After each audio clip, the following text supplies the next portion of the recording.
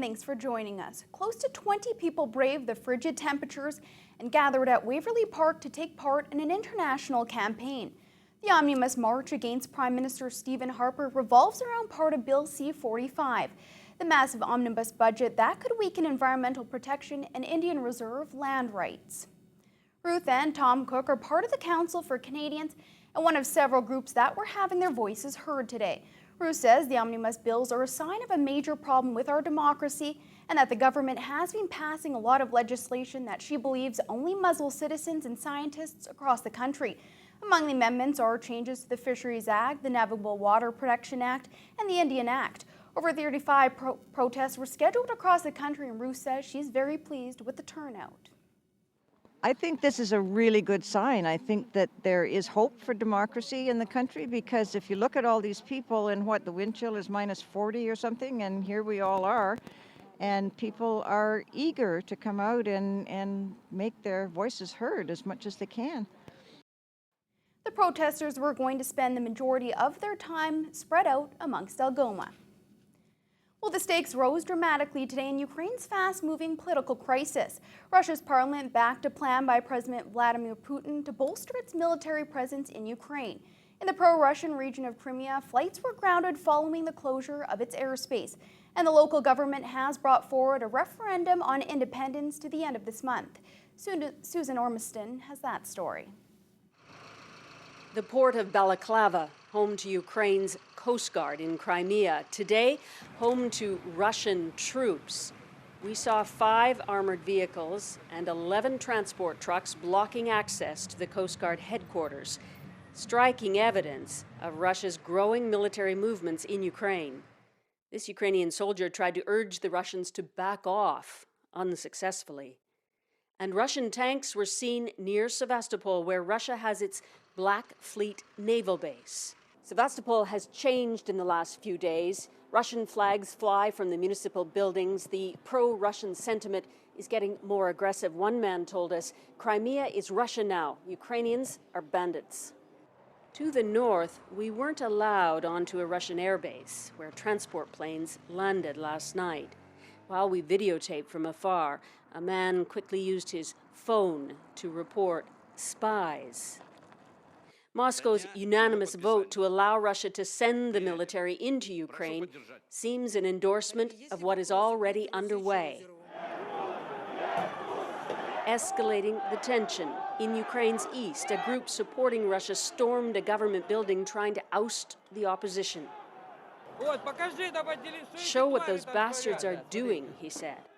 Each altercation is being replayed on pro-Russian media, stoking suspicion and anger. In Kiev, the acting president has ordered the Ukrainian army on combat alert as the new interim government struggles to respond. Those pleading for a restoration of calm seem at risk of being overtaken by a rapidly developing crisis. Susan Ormiston, CBC News, Simferopol, Crimea. We're learning more about a horrific assault in Edmonton yesterday, where a man armed with knives attacked employees at a grocery warehouse. 2 people were killed, and police say the suspect will be charged with first-degree murder. Barbara Stewart has more on the victims and the investigation.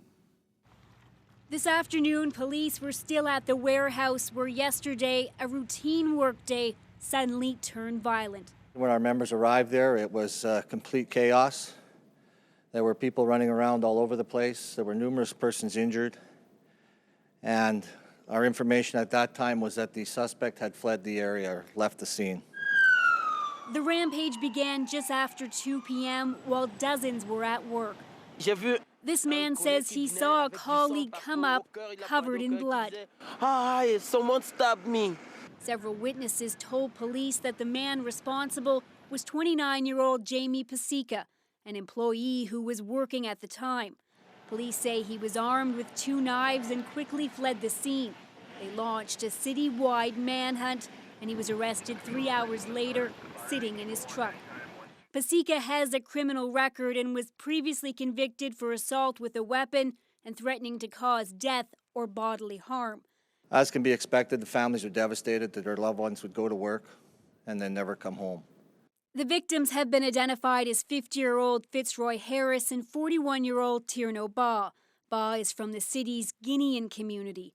His friends say he had gone to school for engineering, but after moving to Edmonton a few months ago, took a job at Loblaw to support his 4 young children. Most of his family is back in Guinea. And he was a friendly guy who was very peaceful, very good guy, and very responsible because he has his family, his mom and his brothers back home. He helped them a lot to survive if difficulties. Police say so far they've spoken with more than 60 witnesses and are piecing together how this all unfolded. But the big outstanding question is why. Briar Stewart, CBC News, Edmonton. Members of the Ontario Provincial Police have laid charges against a Catholic priest dating back to 1987 to 1989, while the accused was assigned to St. John the Baptist Church in Long Lac. Police have charged 56-year-old Roger Pronovost of Geraldton with 2 counts of sexual assault and 1 count of sexual exploitation.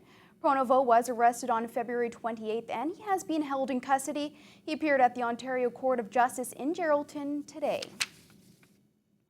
Well, Thunder Bay's Bombardier plant has had to increase its productivity to fill its various mass transit orders for Toronto. In order to meet the needs of the production line, the plant has opened up a training program to further educate its welders. Welding engineering manager Murray Ginnick says the Bombardier Welding School is very rare. The school was opened up last fall, but Ginnick says the brand new facility is only now starting to see use. He says there is an increasing demand for aluminum welding, so many welders are being taught how to make the transition.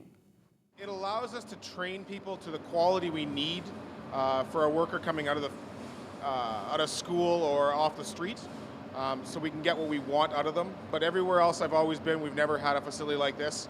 The training either went out to outsourcing, like to the college or like that. And again, in the past, Bombardier has used the college here at Confederation College for training purposes. Bombardier uses gas metal arc, gas tungsten arc, and stick welding. Ginnick says many of the welders that come through the program have prior training with those forms, and they are there to build on their skills or recertify. Well, we've seen in Ignace this week, excavators began clearing the rubble that was once Grandma's hardware and grocery store. The town's only hardware store and one of only 2 grocery stores was decimated by an early morning fire on January 28th. Ignace Mayor Lee Kennard says his family owns the building. He has been touched by the outpouring of support from the community and disappointment he has heard among Ignace's residents. For the Kennards, the past few weeks have been painful as they called their suppliers to stop the stock from coming. He says the biggest loss is that the community space was Grandma's was. It was a really good hangout, seeing I was the mayor, and that was where we did all of our visiting and talking, and I was there every weekend, Saturday and Sunday, so it was a really good place to meet, and I really miss not seeing the people, and just sorry we can't be there for them anymore. The family has not yet decided whether they're going to rebuild. Well, we've seen it happen more often than not this winter. Thunder Bay residents have been forced to grab their shovels on a weekly basis this winter season. For our TV News Watch question of the day, we wanted to know what's been your biggest concern about this winter's heavy snowfall.